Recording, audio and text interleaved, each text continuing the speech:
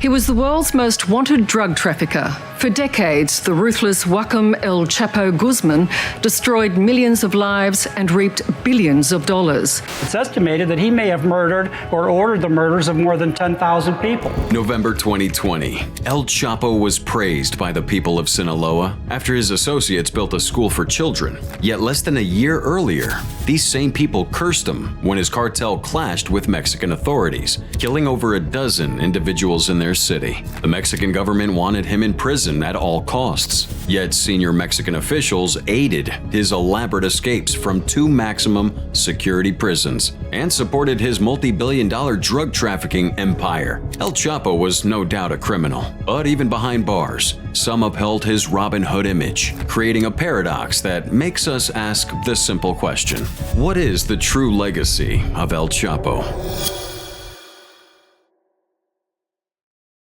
The largest fentanyl bust ever. Nearly 650 pounds of the illegal drugs, fentanyl and methamphetamine, seized at the Nogales port of entry in Arizona.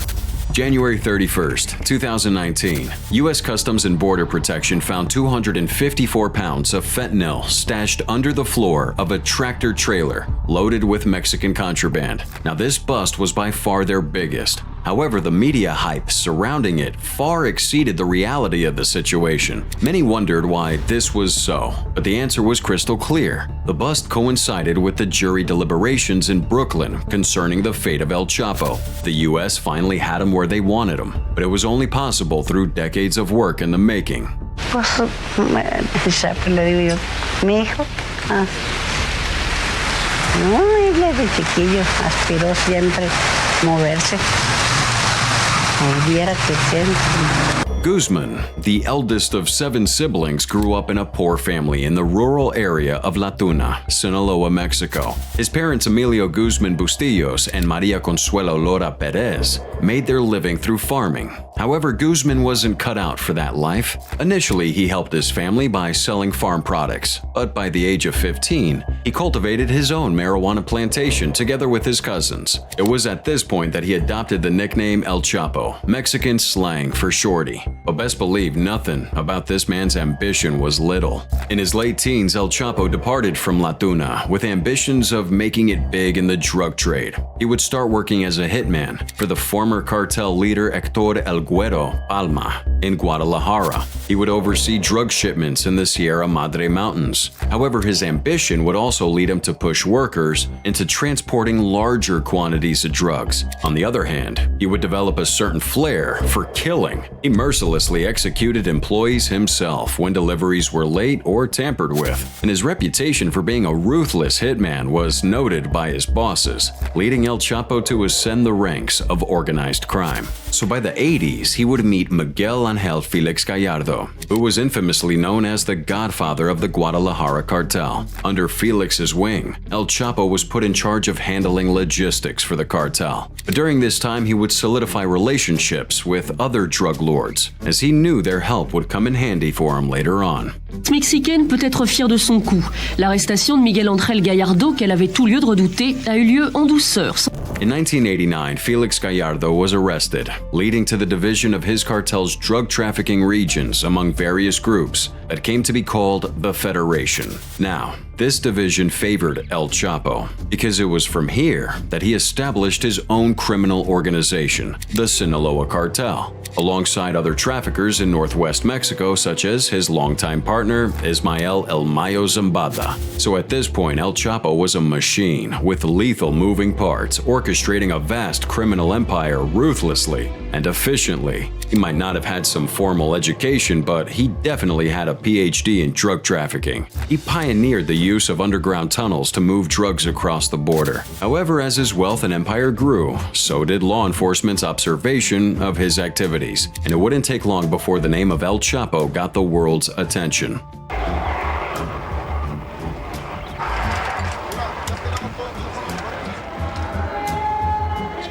In mid-1993, the Arellano Felix family dispatched their top hitmen to eliminate El Chapo in Guadalajara, They tried their best but failed because Chapo was just too swift in changing his location. So having no luck in their mission, they would head back to Baja California. But while they were booking tickets at the Guadalajara International Airport, an undercover informant at the airport tipped him off that El Chapo was waiting in the parking lot for his flight to Puerto Vallarta. They also saw a Mercury Grand Marquis where they thought Guzman was hiding, resulting in over 20 gunmen jumping out of their vehicles to fire shots at this vehicle. But El Chapo wasn't there. Instead, he was in a green Buick sedan parked nearby. Tragically, the person who was shot was the Cardinal and Archbishop of Guadalajara, Juan Jesus Posadas Ocampo, who died from 14 gunshot wounds. 6 others, including the Cardinal's driver, were also killed in the crossfire. By the time the hitmen realized they had targeted the wrong person, El Chapo had already fled the scene, making his way to a safe house just 20 minutes from the airport. So the night the Cardinal was killed, Mexico was in an uproar. Even the Mexican president of the time, Carlos Salinas de Gortari, traveled to Guadalajara to condemn the act personally. This Cardinal was a high-profile religious figure, and his death outraged not just the Mexican public but the Catholic Church as a whole. The entire Christian community demanded justice, prompting the government to launch a massive manhunt for his killers, and even placing a $5 million bounty on any information that would lead to their capture. So this event marked the first time El Chapo's face appeared in newspapers and on TV across Mexico. He wasn't the killer, but he was blamed for it, and fearing capture, he fled to Tonalá, Jalisco, and then to Mexico City, where he stayed for about 10 days. Around this time, he would link up with a few colleagues and handed them millions of dollars to make sure both of his cartel and his family were settled during his absence. And without revealing his destination, El Chapo had already decided to hide in Guatemala. He obtained some fake passports under the name Jorge Ramos Perez and left Mexico. He wanted to head through Guatemala with his girlfriend before settling in El Salvador for some time. However, both Mexican and Guatemalan authorities were secretly monitoring his activities. He had paid a Guatemalan military officer $1.2 million to secure a safe place south of the Mexican border, but that officer betrayed him by sharing his details and location with law enforcement. So on June 9, 1993, the Guatemalan army apprehended El Chapo at a hotel close to the Guatemala-Mexico border. And 2 days later, he was extradited to Mexico on a military aircraft and immediately taken to the Federal Social Readaptation Center No. 1, a max security prison in Almoloya de Juarez, Mexico. He was subsequently sentenced to 20 years and 9 months in prison on charges of drug trafficking, criminal association, and bribery. En conferencia de prensa en México, Guzmán se declaró inocente de todo. Pero usted se dedica a las drogas. ¿A qué se dedica? However, this imprisonment, as we now know, did nothing more than just prove how powerful and connected El Chapo truly was. This cell is home to one of the most notorious and bloodthirsty narco criminals of all time, Joaquin Guzman.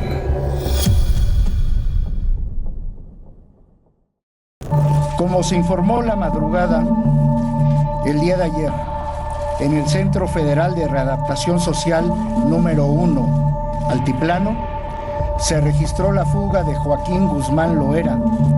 El Chapo's double prison escape is often considered a myth, too extraordinary to be true, but best believe it's as real as it gets. Now, before his initial prison break, El Chapo's drug empire and cartel carried on seamlessly under the leadership of his brother, Arturo Guzman Lora. Associates would deliver suitcases filled with cash to El Chapo, which were used to bribe prison staff, enabling him to sustain a lavish lifestyle behind bars. And apart from being a drug lord, was El Chapo's other occupation. This man had more mistresses than days in a year. I mean, that sounds like a stretch, but trust us, he had lots and lots of mistresses, even behind bars. Around this period, he would cross paths with Zulema Hernandez, who was doing time for armed robbery and would later become his longtime mistress and Sinaloa associate. Remember, even while incarcerated, El Chapo remained the richest and most influential drug lord in Mexico. His cartel smuggled tons of cocaine from Colombia to the U.S. via air, sea, and land, and would maintain numerous distribution networks throughout the United States. This made his imprisonment a mere joke,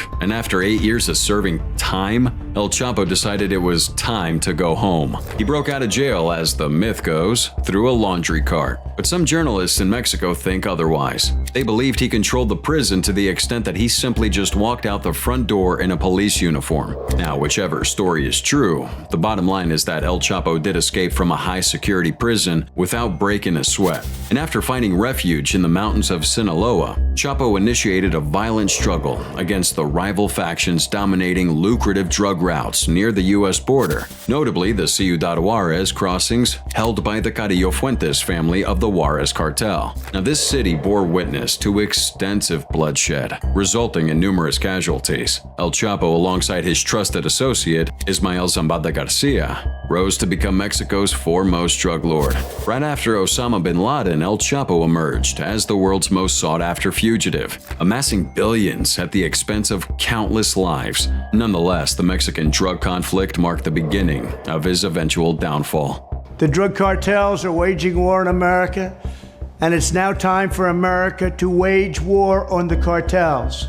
El Chapo dedicated considerable time and resources to garnering support amongst Mexicans, more specifically outside of the cities, where smuggling and narcotics trafficking were entrenched facets of daily life. This guy built schools, hospitals, and multiple infrastructure benefiting the locals. He would also employ a lot of kids to carry out small shipments of cocaine within Mexican states, lifting dozens of families out of poverty. Now, to these people, El Chapo was Santa Claus, but his days of doing good were nearing its end.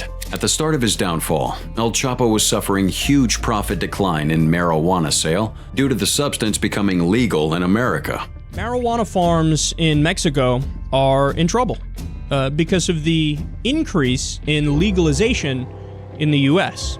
Since various states have legalized marijuana, not just for medicinal use, but also for recreational use, cartels in Mexico are having a hard time selling their product. So in response, El Chapo and the Sinaloa cartel went back to the heroin market, producing more of a synthesized substance to fuel the U.S. Now, this strategy seemed promising at first, but later turned disastrous. They produced so much heroin that it created a surplus, forcing them to backtrack their policy and sell the excess within Mexico. Moreover, El Chapo's greed escalated as he began demanding a cut from local dealers in Sinaloa, even after profiting from the initial sales. In simpler terms, El Chapo started reveling in his fame, feeling invincible, even though authorities were really closing in on him.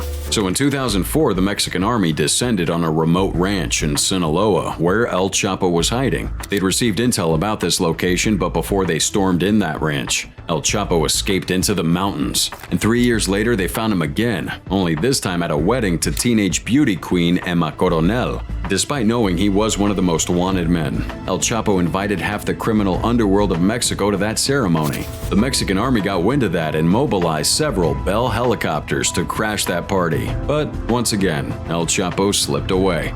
So with American authorities lacking jurisdiction to make arrests in Mexico, the DEA relied heavily on their Mexican counterparts. However, El Chapo always seemed to be one step ahead. So instead of pursuing El Chapo directly, the DEA shifted focus to dismantling his organization.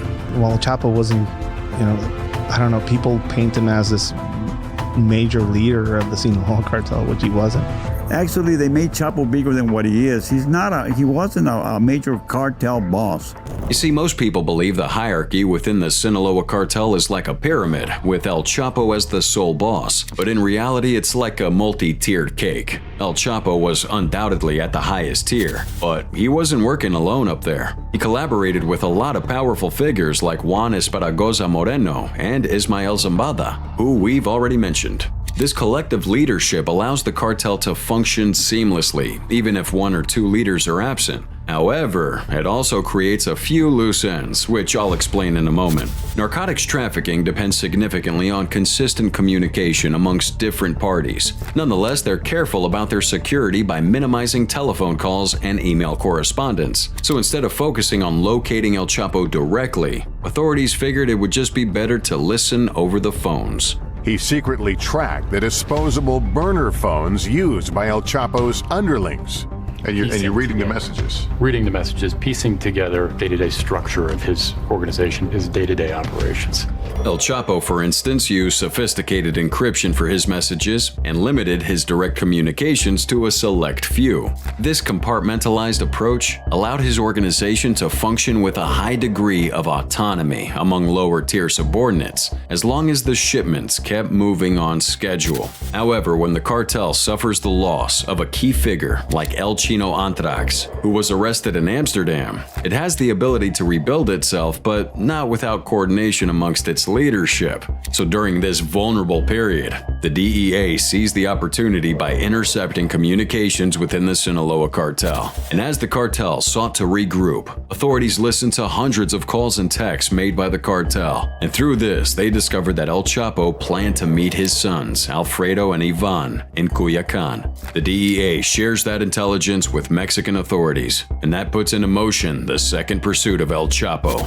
In January 2014, under Operation Gargoyle, a special forces unit of Mexican Marines assembles near Los Cabos, preparing to apprehend El Chapo. Now, these guys are like U.S. Navy SEALs, and they were supported by a small contingent of American troops. However, capturing El Chapo proved challenging due to his extensive security detail of around 300 men at all times. Any tactics used risked tipping off his guards, giving him time to evade capture, unless he was distracted, such as by spending time with one of his many companions. So before initiating this operation, the DEA focused directly on El Chapo's phone. El Chapo avoided satellite phones, primarily manufactured by American companies and susceptible to compromise by law enforcement, so he instead opted for a BlackBerry made by a Canadian company, which he trusted more for some reason. However, by 2012, the DEA successfully zeroed in on that phone, enabling them not to only monitor his communications, but also triangulate his whereabouts. So with this, they would learn that El Chapo planned to visit one of his paid escorts in Los Cabos, giving him the perfect opportunity to attempt an arrest. They traced that BlackBerry signal to a mansion in a wealthy neighborhood around the area, and stormed into that house with the hopes of finding him,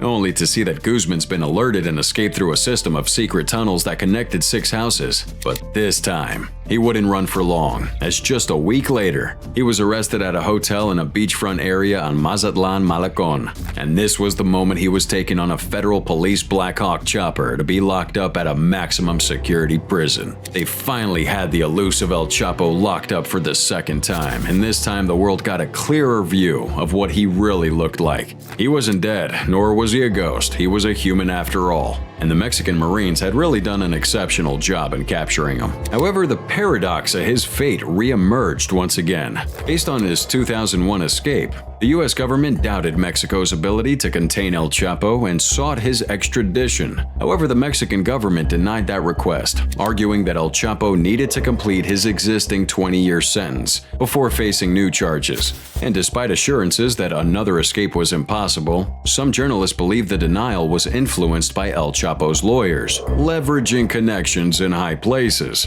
El Chapo knew that setting foot on American soil would be the end for him, so he used every resource to avoid extradition. His efforts did pay off when Mexican authorities charged him with new drug trafficking offenses, delaying the extradition process. And before the US could even think of taking further action, El Chapo orchestrated another, even more spectacular prison escape. This is the moment Joaquin El Chapo Guzman makes the Mexican government look ridiculous. And then he vanishes.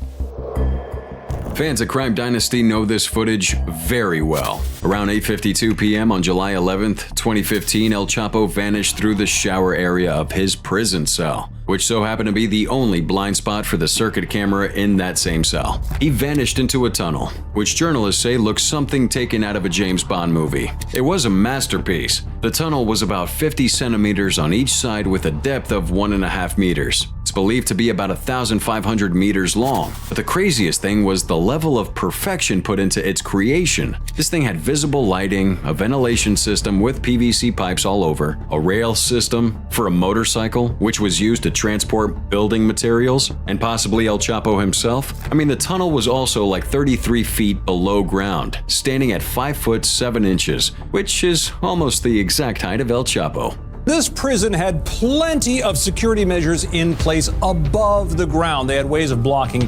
For all of that, El Chapo found a way to burrow out right under the noses of Mexican authorities and get to this freedom tunnel.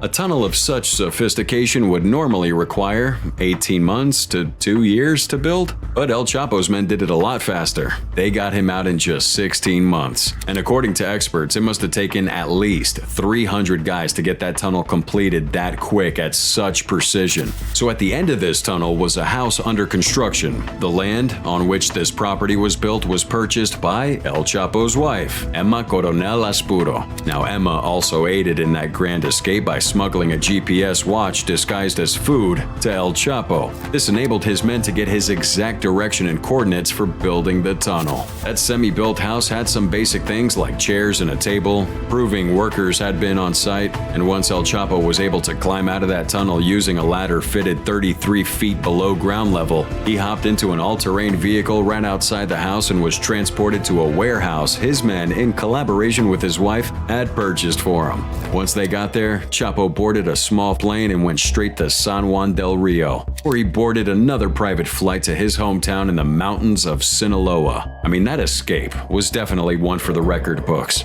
But listen closely, because here's where the twist comes in. Guzman might have actually remained free if that escape hadn't brought so much attention and embarrassment to the Mexican government. This put pressure on them, making them launch an intense manhunt for El Chapo, which in turn cost the cartel more money for his protection, which meant one thing and one thing only: El Chapo had to go.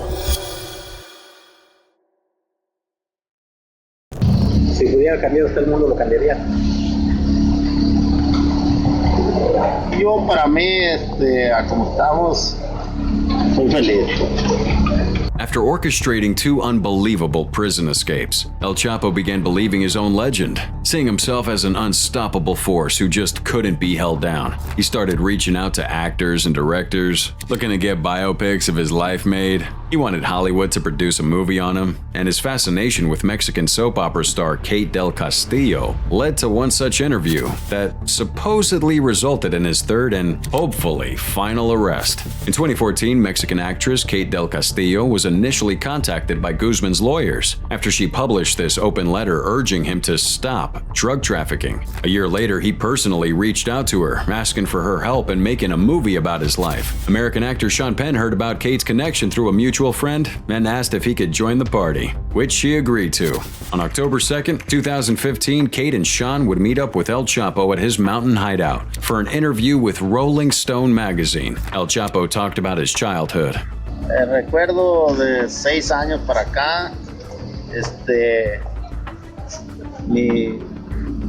mis papás, una familia muy humilde, muy pobres. Recuerdo que mi mamá hacía pan para el sustento de la familia. And how being free felt like in that moment. Bueno, por estar libre, pues feliz, porque la libertad es muy bonita. Y la presión, pues, para mí es normal porque tengo algunos años que... When asked what he thought about his business, he said this. Muy cierto que el consumo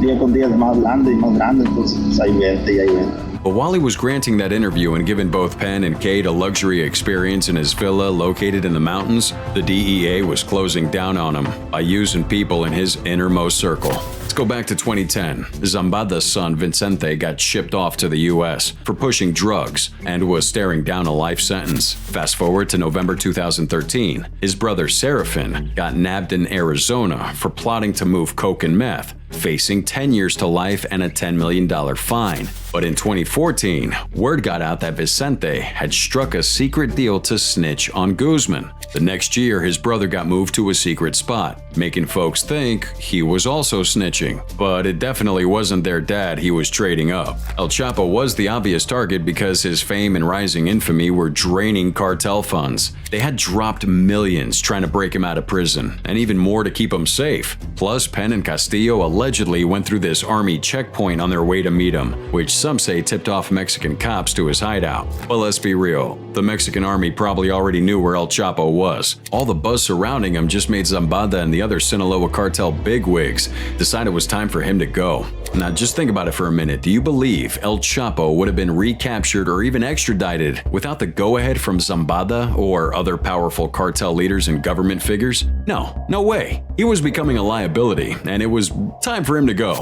Now if you doubt this, ask why Zambada's son Vicente testified against El Chapo at his trial. This guy spilt a lot of dirt on Guzman, and even his own dad. Some see it as betraying the cartel and his father, but it could also be seen that Zambada let Vicente save himself by telling what everybody already knew. And if that's truly the case, it perfectly explains why El Chapo's son sought revenge by allegedly abducting Zambada and handing him over to U.S. authorities. Nevertheless, El Chapo was found guilty of all counts in his indictment, given life in prison plus 30 years at ADX Florence, the most secure U.S. supermax prison. How he's treated there is a story for another day, but the bottom line is that the U.S. government, the DEA, and Mexican authorities believed imprisoning El Chapo would reduce the number of drugs trafficked by some degree. But currently, this isn't the case.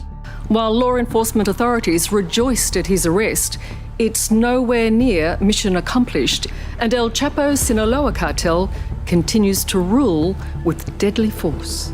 El Chapo's imprisonment in 2019 did shake the foundations of the Sinaloa cartel a little, but they weren't the main issue. The real threat was and still is the Jalisco New Generation Cartel, or CJNG, which is taken over from where the Sinaloa cartel stopped. Locking up El Chapo didn't solve anything in the drug war. In fact, things have only gotten worse. The drug trade continues unabated because the system is set up that way. What many don't get is that El Chapo was just one crucial element in a vast network of drug traffickers. We're talking about the police, military, politicians, government, even some business moguls. Together they sustain the international drug trade. It's much bigger than El Chapo alone. We're talking about hundreds of billions of dollars moving from US to Mexico, funding legitimate businesses globally. Some of that money lines the pockets of top government officials, possibly even presidents, wink wink, according to some certain claims. So, what does all this imply?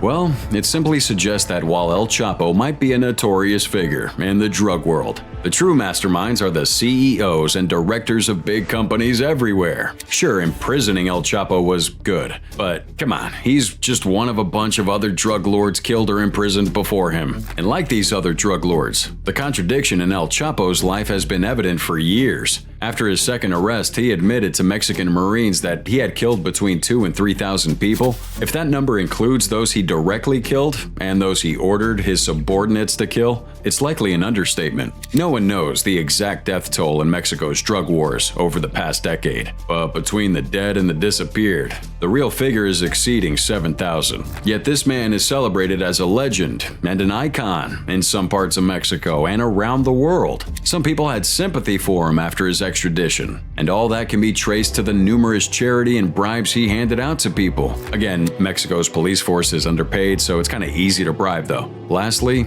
El Chapo's life has inspired many books, documentaries, and TV shows, showing him in different ways, from a ruthless criminal to being the Robin Hood of Mexico. The fascination with his life contrasts sharply with the terrible realities of his actions and the suffering he and his cartel brought to thousands of families in Mexico. And no one is to blame here. It's simply just the paradox of how society views and sometimes portrays criminals. But we still need to know where the billions of dollars from this drug trade go. I mean, how does it provide protection? And who provides that protection? Until these questions can be answered, the drug problem's always going to be with us. And as for El Chapo's legacy, sorry to say, but it doesn't matter.